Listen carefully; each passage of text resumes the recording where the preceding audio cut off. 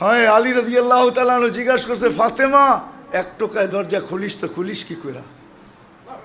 আব্বা শিখায়া দিছেন। কি শিখায়া দিছে আব্বা? আলী সারাদিন পরিশ্রম করে আসবে, ফাতেমা দরজা যেন 2 টোকা দিতে না হয়। এই জন্য তুমি আসার আগেই দরজায় পিঠ লাগায় দাঁড়ায় যাই, টোকাটা দরজায় না পড়ে যেন আমার পিঠে পড়ে। এটার নাম সুখ। পা দিয়া দেখা দিছে টেবিলে খাওয়া রাখা আছে, খায়া ঘুমায় পড়ো, এটার নাম সুখ না। পা দিয়া দেখা দিছে, হাত দিও না, টেবিলে রাখা আছে, খায়া ঘুমায় পড়ো।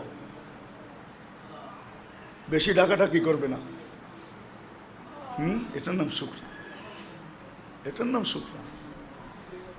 চতুর্থ দিনও কিছু নিয়ে আসতে পারেন না। এটা এক ঘরের না, প্রত্যেক ঘরের চিত্রই এরকম ছিল। মাসের পর মাস চুলা জ্বলে নাই। তারপর স্বামী যখন ঘরে ঢুকছে, সাররাত ওয়া তাবাসসামাত, খুশিতে নাচতে ছিল আর মুস্কি মুস্কি হাসতে ছিল। আলী রাদিয়াল্লাহু তাআলা আনহু ফাতেমা রাদিয়াল্লাহু তাআলা আনহা কাঁধে হাত রেখে বসে, রহিমাল্লাহু ইমরাতান, ফাতেমা 4 দিনের ক্ষুধার্ত, চুলা জ্বলে নাই, ঘরে খেজুরের বিচিও নাই, পানি ব্যতীত কিচ্ছু নাই।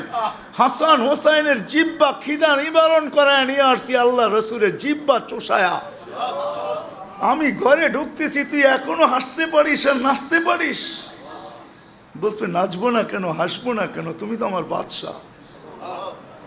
আল্লাহ রসুল তো আমাকে এটাই শিখেছে যে ফাতেমা আলী ঢুকবে, তুমি মুস্কি হাসবে না আর নাচবে না, এটা যেন না হয়। সাররাত ওয়া তাবাসসামাত, তোমার হাসি দেখা যেন আলীর সমস্ত দুঃখ উড়া যায়। লাইফ এটার নাম, সুখ এটার নাম। আল্লাহ রসুল ওই তরতিব নিয়ে আসছেন, ওই স্টাইল নিয়ে আসছেন। ওলামাদের কাছ থেকে শিখেন। বাংলাদেশের মতো সহজলভ্য দুনিয়ার কোথাও নাই। গলি গলি উলামা,